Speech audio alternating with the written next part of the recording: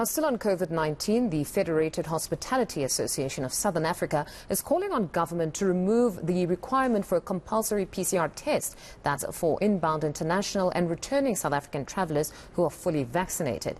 FEDHASA says this is affecting tourism significantly. To discuss this, I'm now joined by FEDHASA Chairperson Rosemary Anderson. Rosemary, good afternoon and thank you very much for your time. Just talk to us about this call to end PCR tests. What challenges are they posing in the recovery of the tourism industry? They're just logistically so difficult to comply with. So you need to get the test 72 hours before travel. A lot of people aren't able to actually get a PCR test before that time period. And then what about if it's positive? It's just a lot of our compared to countries, you could say, like the UK, America, a lot of European countries, they've done away with the test. It's just another hindrance to traveling, another thing you've got to comply with, another difficult thing.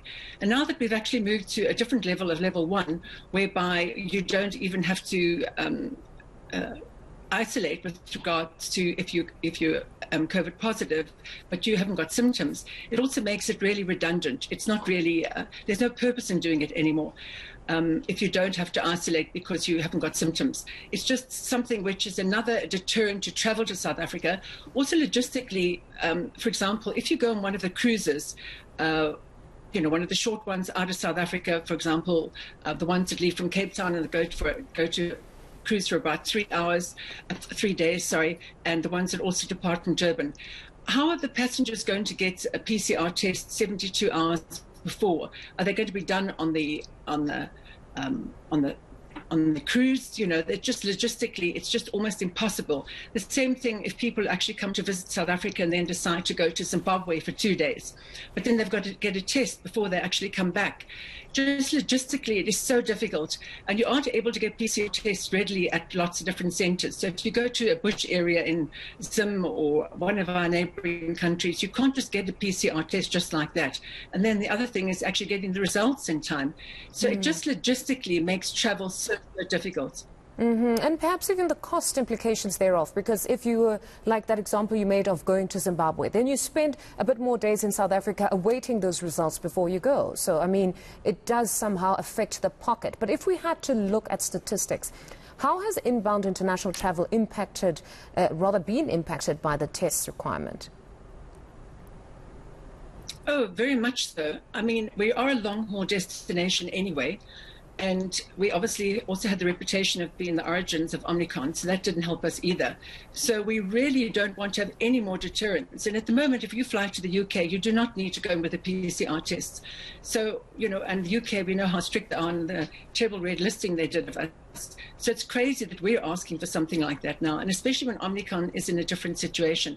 PCR was applicable at one stage, but it's just not applicable anymore. And we really need to create jobs in South Africa. And tourism is one of the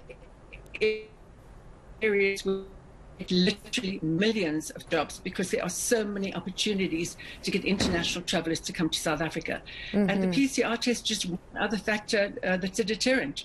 No, it honestly contributes significantly to our GDP, that's tourism. Have you been able to engage government at this point, or this is merely a call for now? You are yet to actually sit down and speak to government heads? We actually have engaged with government. We've engaged with Minister Lindiwe Sisulu, who's our Minister of Tourism.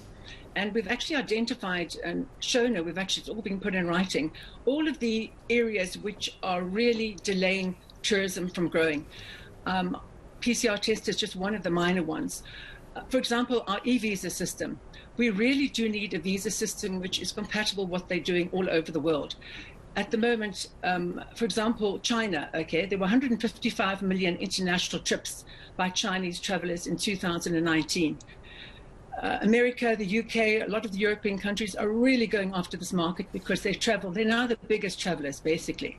If you're Chinese and you want to come to South Africa for a 2 or 3 week holiday, you can only do it. You have to apply in two cities in China.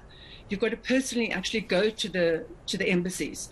It would just make it so difficult. Whereas our competitors which are all the other countries we're competing against for tourism, you can actually do this online on an e-visa. So we really need to get in line with all the other countries. We literally could create millions of more jobs if we just improved our e-visa system. And that's on the other areas too. For example, at the moment, the National Public Transport Regulator, they're not allowing our tourism operators to actually get licenses. That could be creating jobs. So we've actually reached out to Minister to please engage with us, and at the meeting actually have the Minister of Transport, the Minister of Home Affairs, and then the other matter obviously is the policing matter, to have the Minister of Police, because obviously crime is a big deterrent too. And we really believe together with the whole industry and with the ministers, we could make it an all tourism approach where the whole government involves itself in making it conducive for travel and tourism, international tourism, to come to South Africa.